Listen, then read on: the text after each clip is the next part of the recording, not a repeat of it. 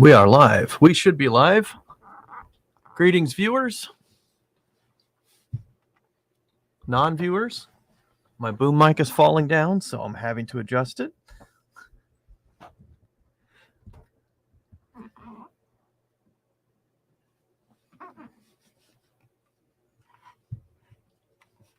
I have 0 viewers presently. That's exciting.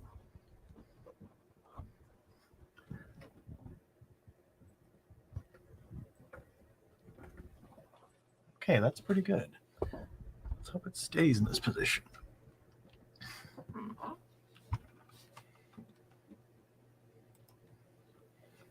So now I am just looking at my notes from the last session with this group. This is my home D&D game with my home D&D players. You know, I hope the mic is coming through. I'm going to do a quick check in my settings screen. Yeah, not bad, not bad. So in the last session, I had a player draw from a deck of many things. Now they're inside of a magically conjured building where they found a deck of many things inside of this little chest. And one of the brave players decided to try to draw a card from it. What I am using is something from the new Book of Many Things. I could find which tab that I left it on. Ah, here it is. So there's a portion in the Book of Many Things where they suggest a way that you can have single cards be magical items. And I just made a note that one of the players drew the Fool. So from the player's perspective, they drew a card from a deck of many things. Nothing seemed to happen, but the card didn't disappear either. So they held on to it. So presently, this card is what this player, Cal, has. And what I'm doing now, this is kind of where I start my prep sessions. I'm looking at my notes that I took in the last session. And I see that I wrote this down. Cal drew the Fool. On floor 1 of the beacon, right? So this magical building that they're at is something that was constructed to protect a beacon. There's an NPC who is trying to ascend to godhood. It's an evil NPC called Modain, Modain. That person is trying to unseat a god of knowledge, an evil god of knowledge. They want to ascend to godhood and boot this person out and become the god of evil knowledge. And the difference is that the current god occupying that spot, and the Pantheon in this setting, this is my own homebrew setting. The Pantheon in this setting, they're archetypes. So there's always going to be, there are slots, right? They're like, in a way, like spell slots, I guess, except they don't get used up. There's a slot for a god of knowledge, and the alignment doesn't change to this. To sit in that slot, a god has to have at least one compatible alignment with the slot, basically. And that slot is domain knowledge. My brain is just oozing all over the place. It's the domain. It's the domain that holds the slot. Sorry, the alignment is unimportant to the slot. So this guy wants to become the next god of knowledge. And this is ultimate knowledge. This is like eldritch knowledge. Human brain cannot hold it. The human brain will fall apart trying to hold this. It's like pouring a liquid into a paper cup that can't hold it. Your brain's just going to fall apart. And it's potentially lethal. The way that the current god occupying that slot handles the lethality is with sacrifice. The sacrifice of sentient beings, preferably innocent. So as the bad juju from the knowledge builds up, the way that god relieves their priests of this is that they have a ritual where they put all of the accrued evil knowledge into some innocent being, and they sacrifice that being. So the current god is lawful evil. This character, Modain, who's the big bad of this campaign, is chaotic evil. And his approach is like tantric, and he's accruing followers by pushing the idea that licentiousness, openness, open sexuality, open cruelty, dark evil things are the way that you get rid of them. In other words, you sort of enjoy yourself in an act of release, and that involves pleasure, often very dark pleasure that hurts other people, not in a direct sacrifice like the current god of this domain, but in excess. And so hedonism is what they use to kind of vent out the madness that the debilitating madness that the knowledge brings. Both of these beings are in search of unlocking occult knowledge in the original sense of what that word meant. Occult meaning hidden, something that has to be unlocked or puzzled out or discovered, is hidden from normal view. So, again, to summarize, the current god handles this by sacrifice, rituals, and things that behave according to strict codes. So he's lawful evil. The pretender to that god slot is chaotic evil. And he's accruing followers fast because this is a popular message. This is kind of a Cenobite message. Like, hey, join us and you get to have fun all the time and, engage in horrible vice and sin. And that actually helps you. And also you're going to gain this ultimate knowledge, things that humans or humanoids or whatever you want to call it, mortal beings, were not allowed to know.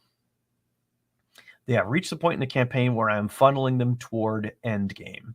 They are currently level 7, if memory serves. And the campaign will end at level 10. So just got a few more levels to go.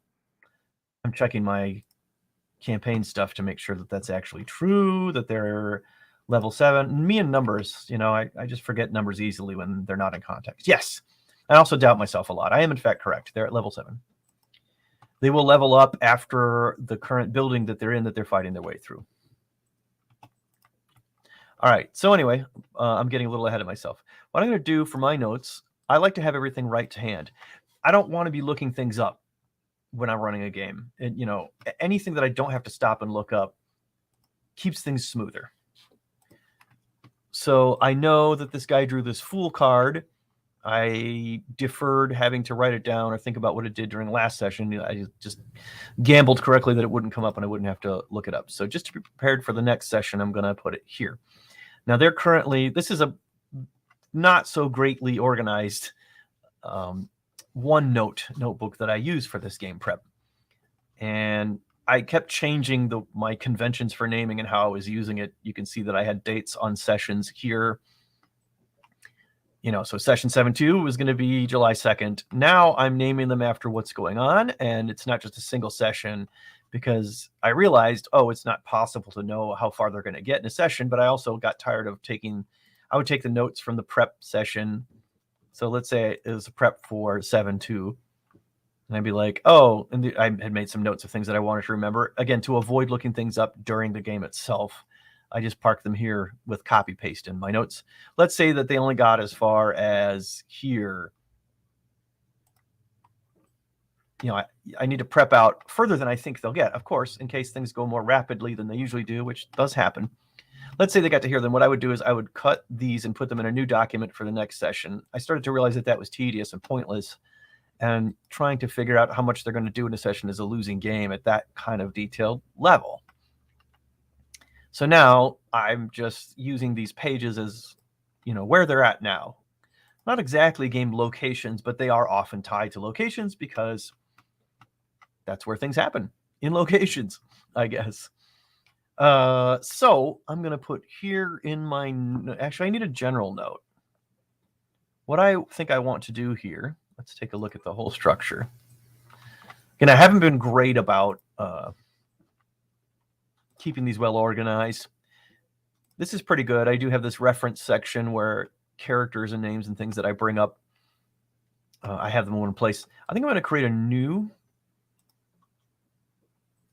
section. I'm trying to remember how to do that from the Windows version of this software. New section. Oh, it's right there staring me in the face. Okay, so I'm going to call this status and loot. I haven't been doing this up to now in this campaign. So if the players would find a gem or something that had value or something they weren't going to attune to right away that was a magic item and they didn't know what it did, I would just tell them. I'd be like, okay, your character doesn't know this, but mark this in your notes so that I don't have to keep track of it. You found a red gem, you don't know what it is or how much it's worth. Just remind me red gem, or oh no, I'm sorry, I would tell them how much it was worth, right? Which took away the mystery. Or I would tell them what the magic item did, which is really not great.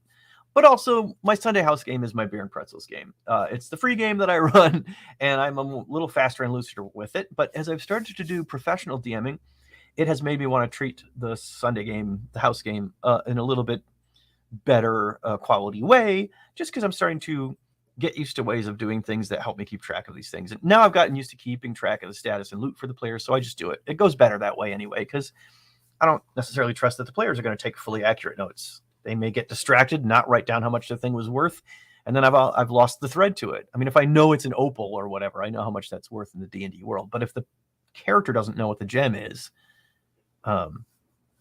that's tricky, right? And when I say it's worth so and so, they may look at, so in other words, I would describe it as, it's a dark stone, blah, blah, blah. I don't say what the name of the stone is. And later on, they go to a shop and they're like, hey, I showed them this dark stone I found.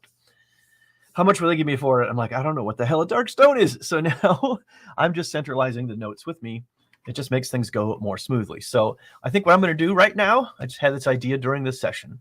I'm going to create this. Oh, I need to name this section. I'm going to call this, actually, I want to call the section status, and I will call the page loot, and I will put here. So now I can always jump right to the status loot thing. It's probably be a good idea to keep my the passage of time would be a good thing to track under status too, maybe under its own page that I can always jump right to.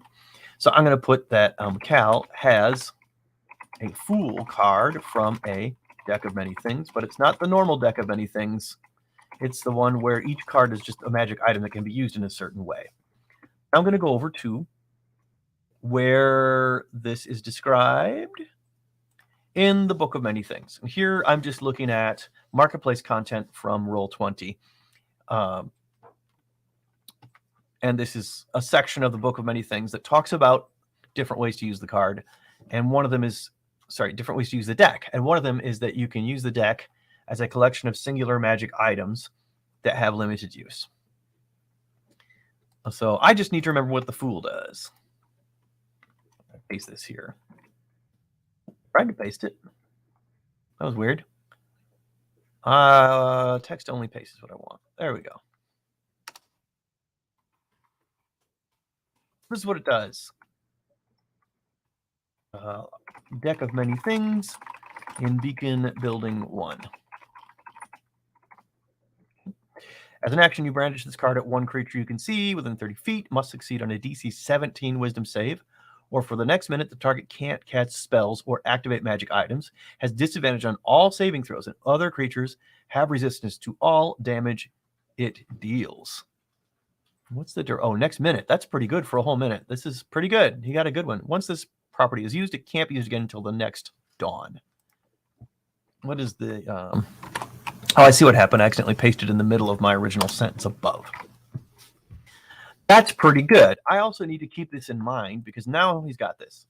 I believe he does know, or he can certainly find out with an Arcana check that he needs to attune to the card, because that would be unexpected. They've already had an experience with a deck of many things using a third-party monster called the Red Jester. The Red Jester carries a weaponized deck of many things, so he's kind of like Gambit, the superhero, in a sense. He throws a card, and if the card hits the target, whatever deck of many things effect that card would have happened to that person, as if they had drawn it. So the characters themselves have had experience of one form of deck of many things. They don't necessarily know how all this is supposed to work, but it won't be hard. Actually, so it won't be hard for Cal to figure out that he needs to attune with it. And when he attunes with it, he'll learn what it does. And so now he'll have literally this card in his pocket that he can use in this way. This is really powerful. It can only be done to one creature, though. So things to note. So I have to get ready for this. This is an unfamiliar magic item. I haven't had players use this before, so I want to really think about some things here. One of them is I need to note one creature. So this is going to be good for about one battle or confrontation a day, even though it's wicked powerful. Also, it's a wisdom saving throw. It's a fairly high one. A lot of creatures are not going to pass that saving throw most of the time. And not being able to cast spells is a big deal. Really big deal. Disadvantage on saving throws could be a big deal depending on what the PC attacks are like. I don't have a whole ton of spell slinging going on in this game. I mean, I kind of do, but it's a lot of Witch Bolt stuff. That may or may not be a big deal. I mean, you know, it's still a debuff, no matter what. The saving throw disadvantage. Other creatures have resistance to all damage it deals. That's big. That's really big. So when I think about a counterbalance for this party now, I have to take into account that they have a really powerful magic item that they can use about once a day. Not about. They can use once a day on one enemy. So things I don't want to do going forward. Oh, I have a spam viewer. Isn't that nice? Is this my one and only viewer? Is this Clinical Flavo 7? The price is lower than any competitor. How do I kick this person out? I'm in StreamYard, so I'm not sure what source they're coming from. Does it tell me? Oh, it's Twitch. All right. Let's see what's happening on the Twitch stream. Let's take a look at that here. How do I go to my own channel? I'm so new to Twitch.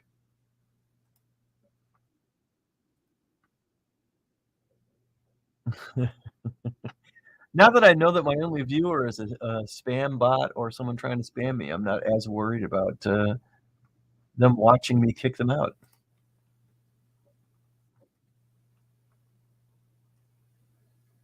Can I kick them out? Can I kick you out, Clinical Flavo 7? Do you know how? You can just drop me a message if you want. There we go. Oh, and of course we're getting the infinite. I'm gonna have to move this to the other window so we don't get the infinite screen embedding. I'm reporting you for spam.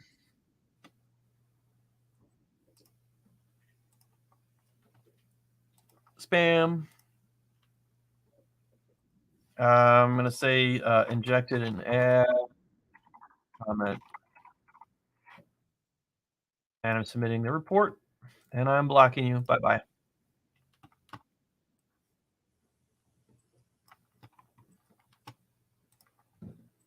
Wait a minute.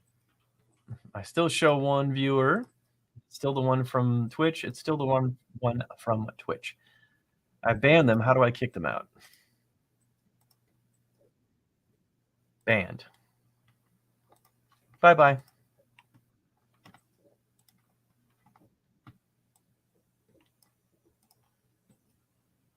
All right. So StreamYard still shows one viewer, but I think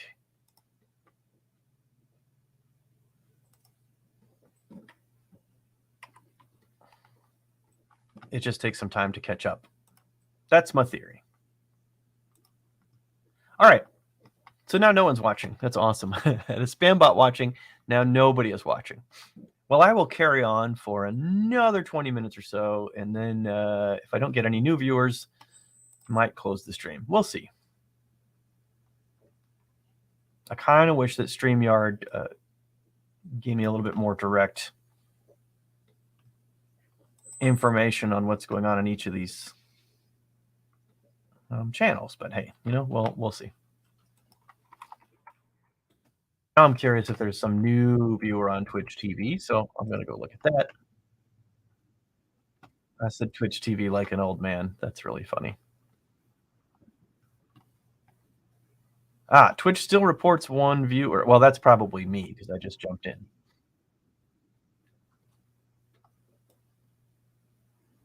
Wait, why is it still showing this weird thing? I don't understand what's happening.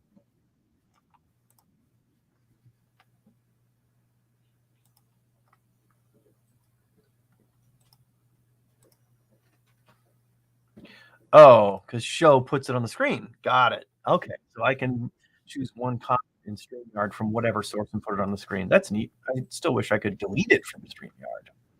But anyway, all right. All right, so I've copied down what this loot does. So I'm all ready for next session to have this in my quick reference. So I'm kind of done with my handwritten notes for now. For this game, I only handwrite notes during the game. I don't really do any brainstorming or planning anywhere but in OneNote. So I got my loot going. Let's go back to session notes and planning. First beacon. So here's what's happening in the story. I mentioned that there's an evil overlord type of character who's trying to become the evil god of knowledge. They are doing this by promoting hedonism, just engaging and indulging and giving in to temptation instead of trying to fight it. So this god is chaotic evil, or this wannabe god is chaotic evil. He's accruing followers fast because this is a popular message. There's an archipelago in the setting. Let's take a look at the map here. We'll go over to Incarnate. My campaign world is called Aenil.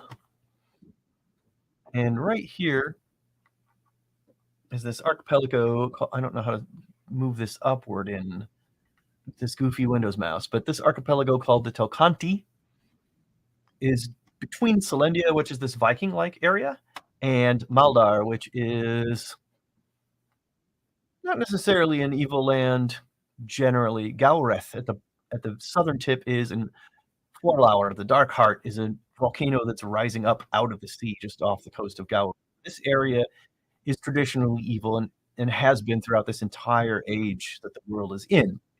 The rest of the big island of Maldar, it kind of waxes and wanes as to how much influence that the evil southern area has over the rest of it. Right now, during this campaign, it has quite a lot because Modain, who came from Gaureth, originally a servant and priest of the other god he's now trying to replace, kind of like a Sith Lord thing. He's going to kill the current god in order to become a god himself. He's moved his influence north all the way up here and even into this archipelago a little bit. He's got followers all over Maldar now.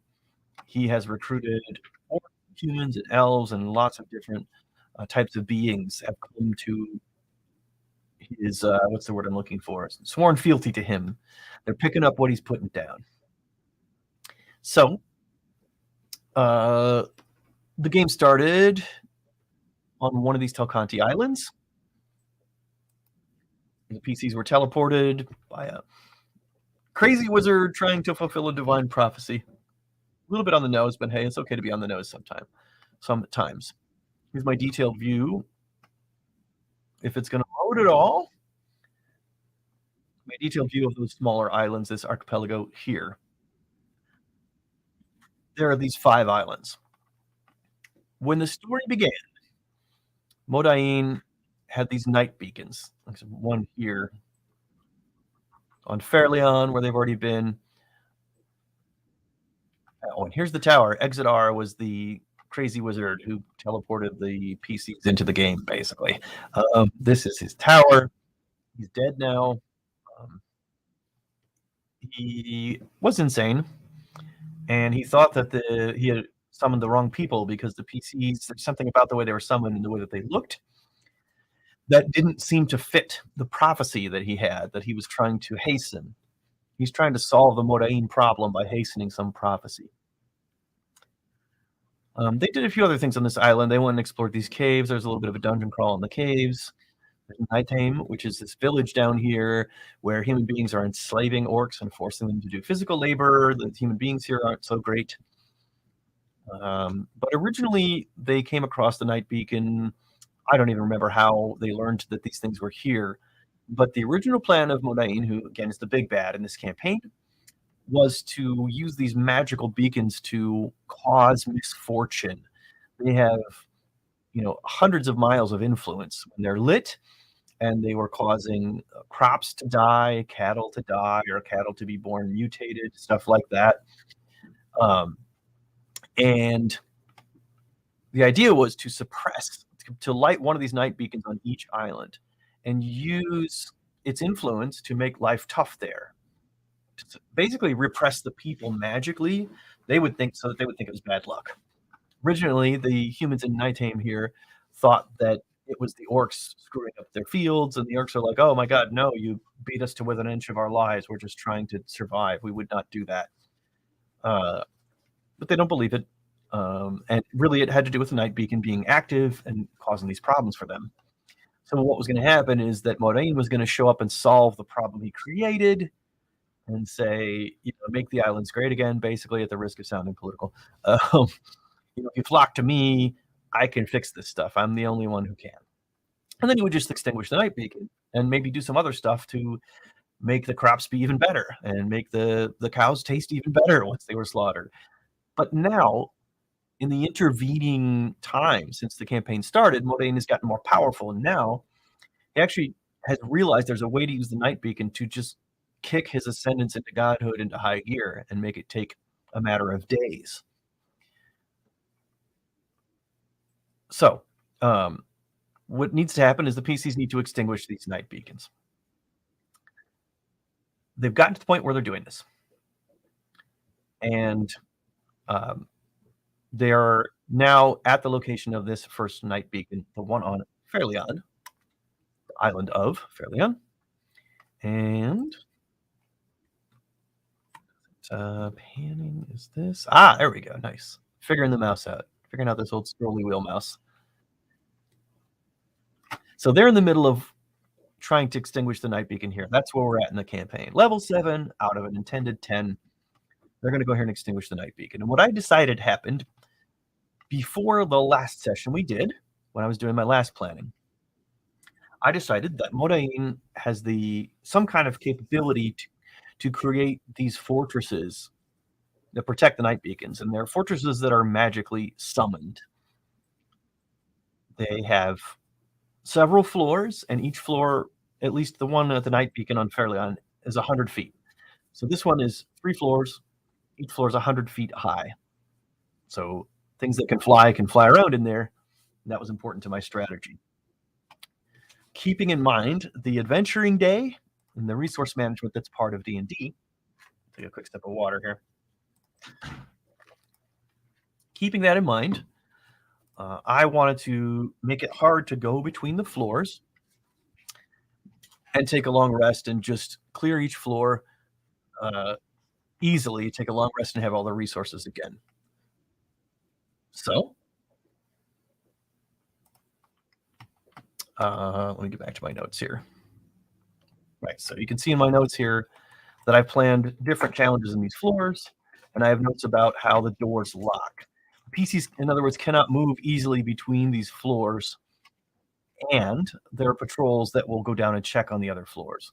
So they come into the building, the door shuts magically behind them. It is a series of magic spells that trigger physical locks that are hard to unlock. So if you look at the knock spell, the description in the knock spell, I need a faster way to find my browser tabs. We go to D&D Beyond. Let's take a look at the knock spell. First of all, it makes a loud noise. I wonder if people kind of overlook or forget. If you've got a spell slinger using a knock spell to open a lock, never ever forget that it makes a sound.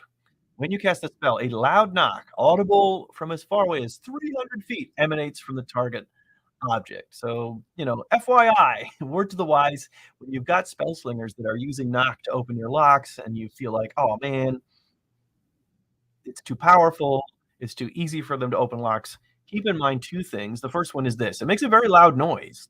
So it's hard to conceal what you're doing if you're using the knock spell. Also, you find this here, choose an object and it contains a mundane or magical means that prevents access. If an object has multiple locks, only one of them is unlocked. That is important. I'm trying to find, so suppresses arcane lock. I swear somewhere I saw that it was also only for a conventional lock. So a really fancy lock, knock will not work on. Also, knock only works on one lock. So there's nothing saying that you can't have 5 physical locks on the same door. There's also nothing saying that I can't, as a DM, come up with a spell that magically triggers physical locks to throw and lock, and that's what's happening here. This is my tricky way of keeping the players. I don't like to railroad them too much, but in this building, I want to keep them from locking that door and barricading themselves into a long rest because I've distributed the action economy across these 3 floors. So these 3 floors should be one adventuring day for the group. By the time they get to the 3rd one, they should be running out of resources. They should be taking damage. Things are going to be happening they're going to make it hard. So I planned 3 floors. One here. My notes are a little bit sketchy because I don't always worry about editing them since it's only me reading them most of the time. Although now that I'm streaming, that's different and maybe not true anymore. Let's take a look at this, though. I have 1 question mark, 3 hellhounds. Conduit asks if the party has come to give their lives to Moraine. Conduit is a type of orc. That's what this is. This is an orc conduit. This is from Flea Mortals. They have, by the way, already been through this particular encounter they went through in the last section. All right, so this thing happens. Yeah, let me backtrack and reread my notes a little bit. Magical building has been conjured around the beacon.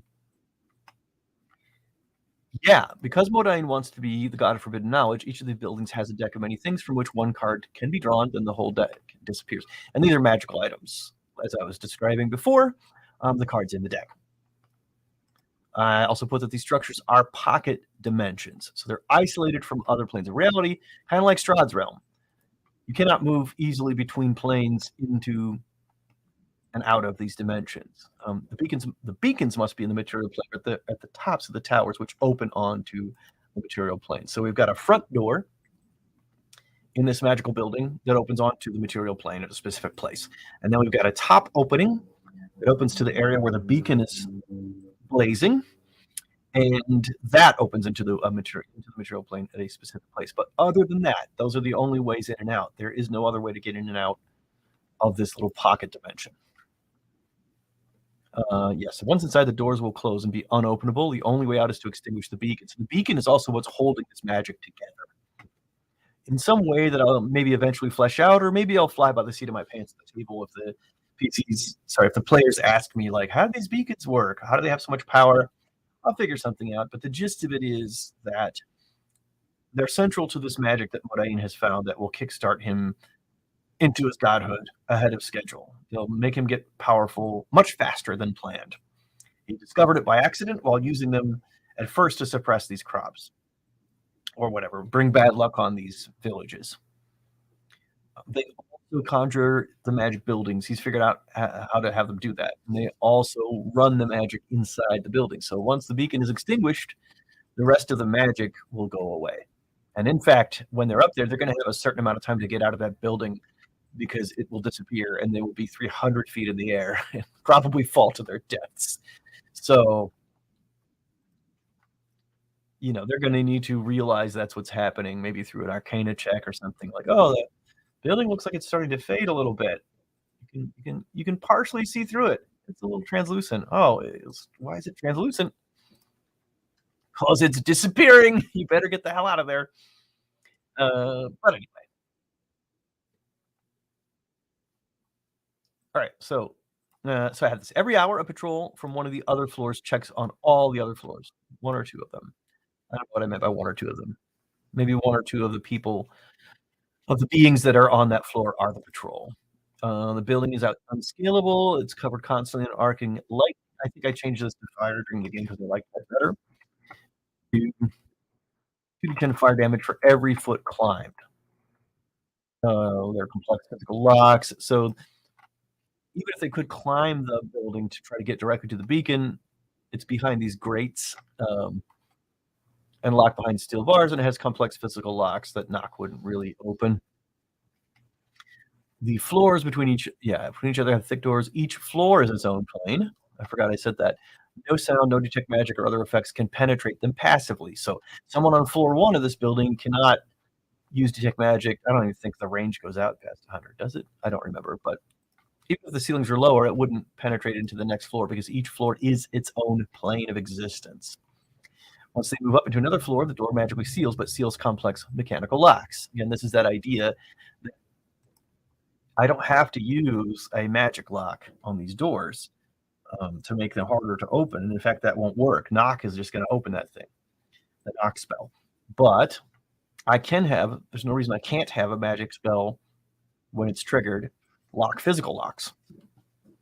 All right, so floor 1 was an orc conduit and 3 hellhounds. The conduit, and this has already happened, the conduit gave them a chance to swear their lives to Madain, and they didn't pick it up, but if they had, I would have had it say, you know, oh yeah, like it would assume they've come on a pilgrimage to come here to devote themselves, because that's what people are doing now. They're coming to help hold the beacons, the most faithful. The biggest, I don't know, Taylor Swift fans are called Swifties. I don't know what we call Modain devotees. Modites, I don't know. Sure. The Modites come to prove their loyalty by guarding the beacons. And so he would have said, like, well, I assume you know that one of you is the sacrifice. Like, and then that's what disciples have to do. Would-be disciples who come to Modain have to show their sincerity by sacrificing a living being. So they have killed everything on this floor, as I recall. Floor 2 is going to introduce difficult terrain, so these things get a little bit fancier and scarier as they go up the floor. There are thorn vines on the floor, and also each square of the vines can be burned. So the vines can be burned away with fire damage. A character entering or leaving a square, they have to make a con save. I made it pretty reasonable for this group's level, DC 12. But if they fail, they're going to take a little piercing damage. This isn't a lot at level 7. 1d4 piercing damage isn't a big deal. It's not going to kill a player character. But it's just one more thing. Honestly, it's one more thing to keep them occupied and keep them wondering if they're going to succeed. It's the illusion of difficulty sometimes makes a battle satisfying. Here's where I put the 3 orc ramparts and 1 orc. Oh, it's a god caller. Oh, yeah, level 2 god caller. Ramparts and a god caller. That's all well and good. They get to floor 3. There's manticores, and there's a named orc boss, again, from Flea Mortals, the book Flea Mortals. Domo Raskavari is basically an orc boss. They are at the top level just under the trapdoor. The manticores are. They're flying around. I made a note to myself. Never be afraid to do this. I do this all the time because I do not trust my memory. When I am planning and I've got so many factors to keep track of, it's tempting to be like, I'm just going to remember that. They're manticores. They fly. I'm going to remember that it behooves them to make ranged attacks from afar. But I won't. I know that I won't. I've learned the hard way to put little reminders to myself in here, especially for strategy, because once stuff jumps off, you're trying to keep combat moving. You don't want to bog combat down. You want to be able to quickly have a feel for what your plan was going to be. And, you know, if you're like me, you're going to forget that almost immediately. Like, I can barely remember to change the laundry when I'm doing laundry. So, you know, I need every little help that I can get or give myself. So that's why that note is there. I also put a note, so Paul is the ranged fighter in the group. He's like the arrow meister, does a bunch of cool arts and crafts. He jokingly called his character Paulilus after Legolas because he wanted to be Legolas. I didn't have the heart to tell him that Legolas wasn't a ranger. Paulilus is a ranger. That reminds me, if you play in my Sunday game, you should not be watching this. I have one viewer, though, and I doubt that it's a Sunday game viewer. It is somebody on Twitch. Oh, it's me. All right. Officially, no one is watching this, but this is still good practice. And at least I'm getting some game prep done. Okay, so, and also people might watch this later on YouTube. It will be available on YouTube. So, you know, if you want to check out my game prep, you can still do that. I'm literally saying this to no one. Oh, I picked up another viewer, though. Awesome. We got a YouTube viewer. Hello, YouTube viewer. Feel free to drop a comment. Let me know you're here. All right, moving on. So these are the 3 floors of this building. I did originally leave a note to myself while I was doing prep to put in a few traps here, but I just decided that what I was doing was enough. I think I was also running out of time. This was like the day before the game session. So I was like, well, at a minimum, I need the challenge level to be right. I am using the Flea Mortals method of the number of total CR points in a day that you want to. Hello, Mike. Thank you for being here. the number of CR points that you want a group to take on. So that turned out to be 10 at level 7. But once they clear this building, I'm going to tell them to level up to 8. Because it's been a while. So what I'm going to do now is design the next magical building that they need to go through. And it's going to... This one should have some traps. I want each building to get a little more interesting and a little more difficult.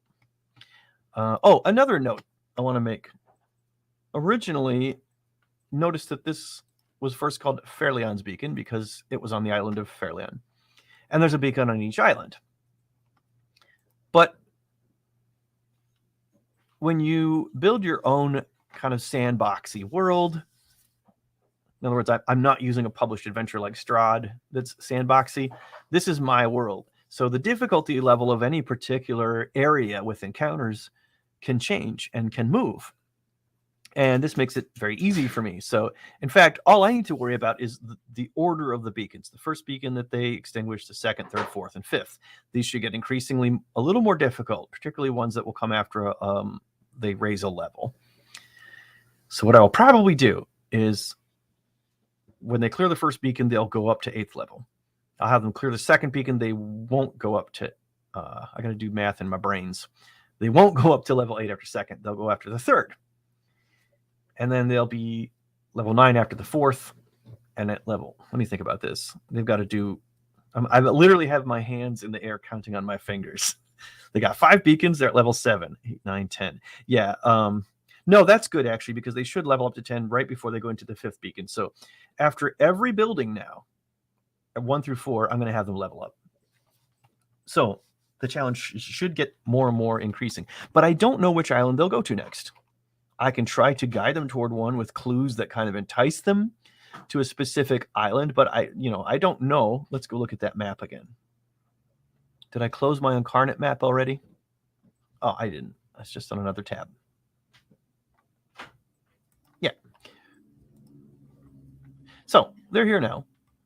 They might go to this island next. They might go to this island next. They might go to this one or this one. I really don't know. Probably not Aiel because that's further. My guess is they'll go to Ithrid next because they've already been to Ithrid and its sister island, Ethrid. And they know a little bit about what's at each of these.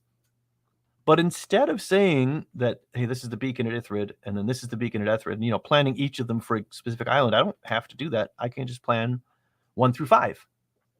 Right? So if they decide to go to Ethrid next, guess what? That's where beacon 2 is. But if they decide to go to Ithrid next, then that's where beacon 2 is. It doesn't really matter which island they go to, just that I give them the second building in the sequence. So I know that, so I'm going to add a page for second beacon. I know that for this one, I'm going to say some traps for sure. Especially after they go through the first one and don't encounter traps, I might be able to catch them unawares if they're not expecting traps, but they run into them. So that's kind of fun. Their guard might be down, in other words, for traps from the first one. But also maybe, do I want to, I'm going to put a question mark here. Should I give them another magic item here? No, I'm going to say no, because there's a vestibule in front of each of these beacons, right in front of the first floor they go through. And in that one, at the first beacon, is where I gave the one player the magic item card from the deck of many things. I'm going to keep doing that. Each of these is going to have one of them, which means I've got to keep this in mind when I plan. I have to be prepared for them to have these powerful card-based magic items. You know what? He hasn't used... Here's what I'm going to do. I'm going to change this. I'm starting to feel like this is too powerful. So under my status thing that I made... Oh, I put that in the wrong notebook. No wonder that was confusing for me. Let's moving the section across. Okay. I'm going to change this a little bit. I'm going to say that... Put the asterisk so I really notice this. Card can be used once and disappears, because I don't want them to use this every day. And by the time they get to the 5th beacon, they're going to have 4 of these that all do different things and are all really powerful. Now, if I were a smart player and I didn't use the first card and I got to the second, and by the way, I can only change this in stream because no one has attuned to this card yet. So none of the players know what it does or what its limitations are. So I'm changing my own rules a little bit. Like, okay, you use it once and it disappears, right? Because nothing is canon yet because they haven't attuned to it. They don't know what it does. So I'm retconning what I had planned, but not what has happened. And I think it makes sense for the card to be used once. Otherwise, they'd be stupid powerful. However, if I was a savvy player, you know, they're going to attune to this card eventually. Probably the next time they do a long rest, they'll attune to it. I'd be like, is there going to be one of these in every building? I'm going to save them all for the boss fight at the end, the big bad fight. If I know they can only be used once, I'm going to hold on to them for something really big. But you know what? They could get in a battle that goes a little bit south, and they could whip the card out early just to not die. So, you know, we'll see how it goes. This group tends to mow through most of my challenges, though. This has been a real cat and mouse between me and them trying to keep things challenging. They're just good strategists, and they have well-built characters stats-wise, and, you know, trying to challenge them is a constant battle. Haha, pun intended, I guess. All right, so I'm going to add this note that the card can be used once and disappears, because during prep here, while thinking about it, I don't want to make it too powerful. All right, let's go back to session notes, and let's take a look at our second beacon. What is this note? Back to Ethrin. When he's dealing with the mother, she protects the beacon on this island for him and does not try to conquer it. It doesn't affect the Underdark. It's something has happened to Drow. I don't think this is relevant anymore. I was sort of thinking about building a certain subplot with Drow and the Underdark, and it just didn't go well, so I'm going to move this down here and not worry about it. Oh, and somehow I wound up with 2 second beacon pages. I must have already created a page called Second Beacon. That's funny. All right, let's move this up here. So some traps for sure. No new magic items, but, you know, just tell myself, don't forget the many things card. Now, the building they're in now is very straightforward. Each floor is just a big open area with, it's got pillars in it. It's got some scenery and things to work around, but it isn't dungeony. And I think the second beacon might start to get a little dungeony, and they'll probably get more maze-like as they go from the first to the 5th beacon. So the second beacon also has basically fiery walls on the outside that do a lot of damage when you I'll just put it here so I don't have to look it up again later. And the other thing, do 2d10 damage per foot climbed. And these are 300-foot high buildings. So most of your players are not going to survive. Most of my players, the level that they're at, will not survive that ascent. And if they try, they'll quickly find that it could kill them, and they will probably stop. But we'll see. They didn't at the last one. They were like, screw that. We're just going to go inside. So they did.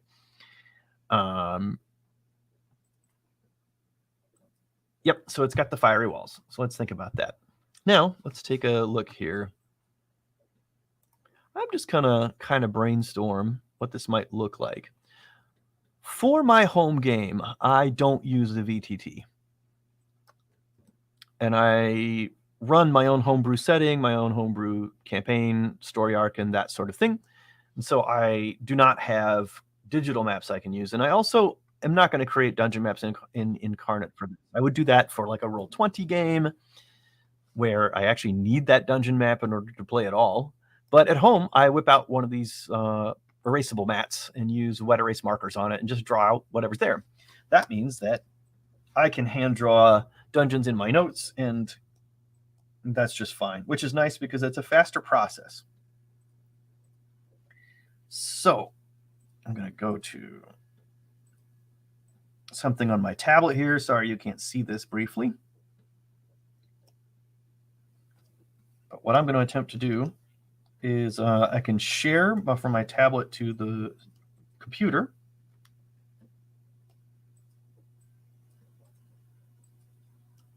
Oh.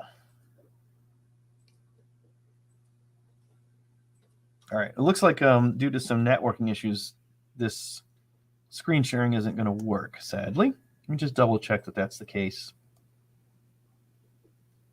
Requires a cloud connection. I have a cloud connection.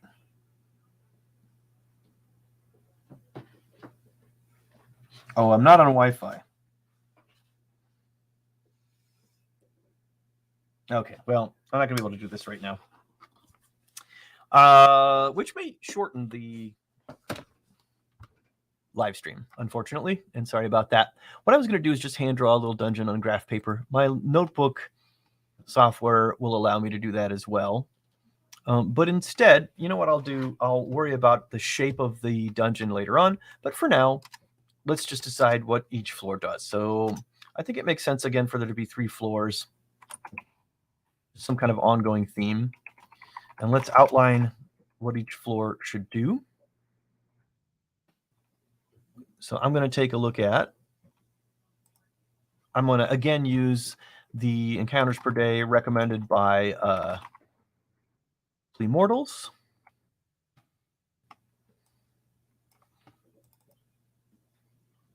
Let's take a look at that. If you're not familiar, Flea Mortals is basically Matt Colville and his publishing company.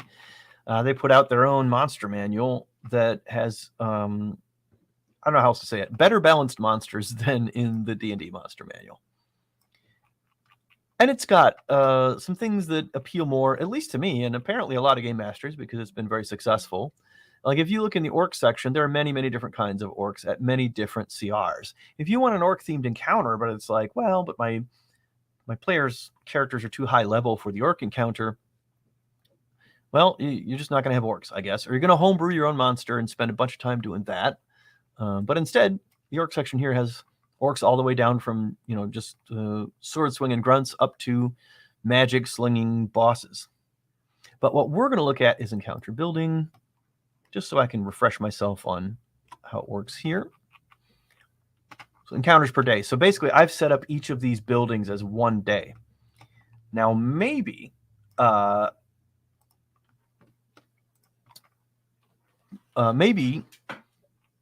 do buildings 4 and 5, where I split, I give them some way to have a long rest inside the building somewhere, and split them up. I do feel like maybe 4 or 5 should be longer, more epic, because 5 is going to be endgame. They're going to meet the big bad at building 5. He'll be waiting for them.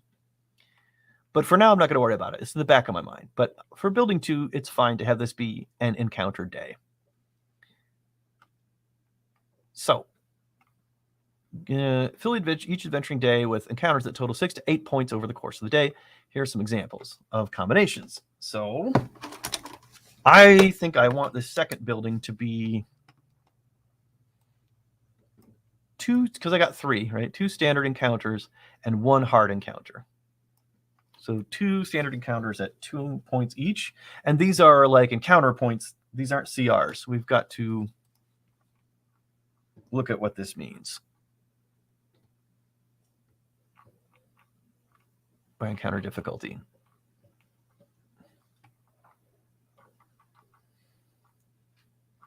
Trying to remember the correlation of, I've only done this once before. Well, I've only used this system once before in my last game prep session.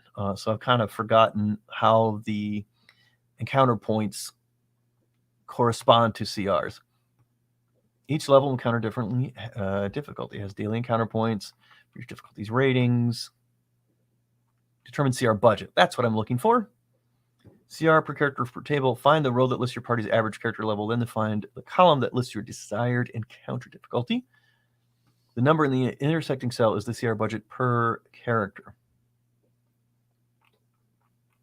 Right. So I want 2 standard. What did I say?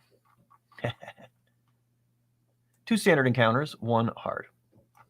2 standard, 1 hard. So they will be at level 8. When they get out of this building and they extinguish this beacon, they'll be 8th level. So it's 3 CRs per character.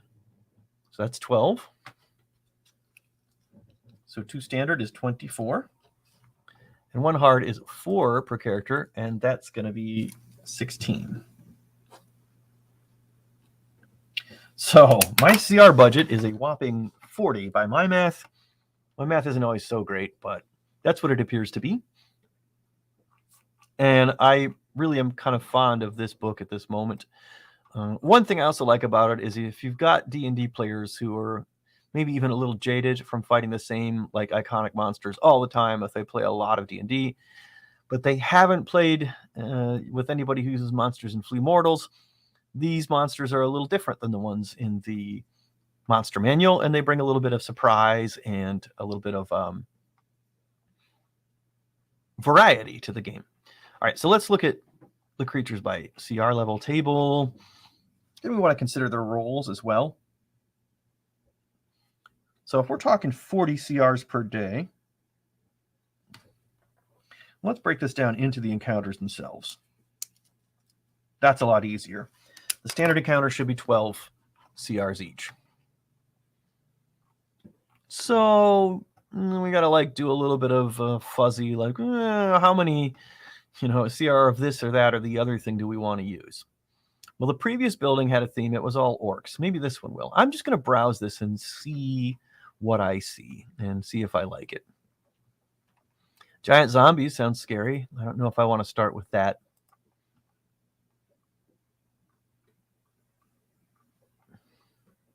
Looking at the mind killer. Looking at the mummy. I like the idea of mummies. So 4 mummies could be the first encounter. That's easy for me. I've got 1 creature type to keep track of. So I'm going to put 4 mummies. Okay, floor 1. 4 mummies. Flea mortals mummies. I mean, I'm sure I'll remember it, but just in case, I mentioned I don't always trust my my own memory. And then let's see what the mummies do. We don't want to just skip right over it. When I was a newer DM, I used to make that mistake. I'll look it up later. I'm in a hurry. I'm lazy. I don't want to do all this thinking and coordinating. I just want a bunch of stuff I can throw at players. I'm older and wiser now, hopefully, and I know a little bit better. And let's see exactly what this does. It also may make me figure out what the theme of the rest of the building is. Not just that it's a mummy, but what does this mummy do? So let's take a look at this. Oh, they're flammable. Interesting. So they are vulnerable to flames. It's kind of worse. They take an extra 5 1d10. Oh, they take an extra 1d10 fire damage. Well, it's not exactly worse. Depends on what the incoming attack is doing. Because if they're vulnerable, they would take double whatever the attack did. Whenever the mummy takes piercing or slashing, each creature within 5 feet of them takes poison damage. Oh, so when they get hit, they exude this poison. See, so now I'm sensing a theme of poison and rot, which maybe will be in the rest of this building. Everything they face in the rest of the building maybe will be like that. It's got a desiccating slam. Okay, so it wants to slam people, and it curses them. Calls down a scourge on 1 creature. Wisdom save or be cursed. Takes damage. They take an extra necrotic damage that can't be reduced in any way. That's nasty. Okay, cool. So I've got a sense for the flavor of the mummies. I've got a floor full of mummies. The next thing I would do, I'm going to wrap this up because I'm at about an hour. And I think I'm going to do 2 of these sessions per week. So each of them doesn't need to be so long. And, you can dip in and see where my head's at and how I'm doing these encounters. You don't really have to have the start to finish thing, I don't think. It might be interesting for you to know where the campaign is going and that sort of thing. But at a minimum, it's probably useful for you to just see how each of these little encounters is planned. So I'm going to stop right here with a note that I do this thing called bookmark. It's like, this is the very next thing I want to look at or do. I want to put some trap on the first floor, but not in the vestibule. I need to decide what the trap is. And also I'll put... the goal is to have interesting related traps on the other floors. So they should follow a theme, right? So I've identified this rot and poison theme from the zombies that'll be on the first floor, and I'm going to follow that as best I can with the traps. I'll have maybe poison needles as an obvious choice. Maybe I'll come up with some funky homebrew stuff that players may not be expecting to see. But I also just don't want garden variety traps. I don't want this to be like the dungeon. Like you walk in and there's a pit trap because they don't want people in this dungeon. So these kobolds put a pit trap there. Well, that's normal workaday trap stuff. Nothing wrong with it. But again, we're reaching endgame here. We're reaching flavor, where flavor should be really important. They are now literally working their way through buildings designed to kill them directly by their archenemy. So now things, to me, flavor-wise, need to become coherent. What would that enemy do? This isn't just a dungeon put together by some random entities. Like, it's a dungeon from a DM, and you can tell because it cleverly traps the players. These dungeons should feel like Modain. They should feel like something he created personally to kill the player characters. He's aware of them now, and he knows they're a threat. They've already met him a couple of times. He knows who they are. So some of this should feel personal. But at a minimum, it at least has a personality, and each of these buildings has a coherent theme to how it tries to kill the player characters. And this one, it turns out, just by looking at the mummies and kind of picking an enemy for the first floor, I've got a theme for this one. And we'll see in the future how I do with the other ones. But thanks for watching and stopping by. I'll be doing this again Monday night at 6 p.m. Eastern. And then maybe I'll settle on Thursday afternoons for the second session of it every week, so I can catch some evening people in the one and some afternoon people in the other. We'll see. I'll, of course, post about it when I know what I'm doing with Thursdays. But for sure, Mondays, 6 p.m., stop on by Twitch or Facebook or the YouTube channel. However you get here, check it out, hang out with me. And don't be afraid to put comments either where you want to make suggestions. If I'm saying, oh, I should have some kind of poison trap, and you've got a great idea, by all means, share your ideas with me. I'll even tell the crew, hey, my YouTube viewers, I'll give you credit for the idea, for whatever that's worth. You get, I guess, internet points. All right, that's all for now, and I'll see you next time.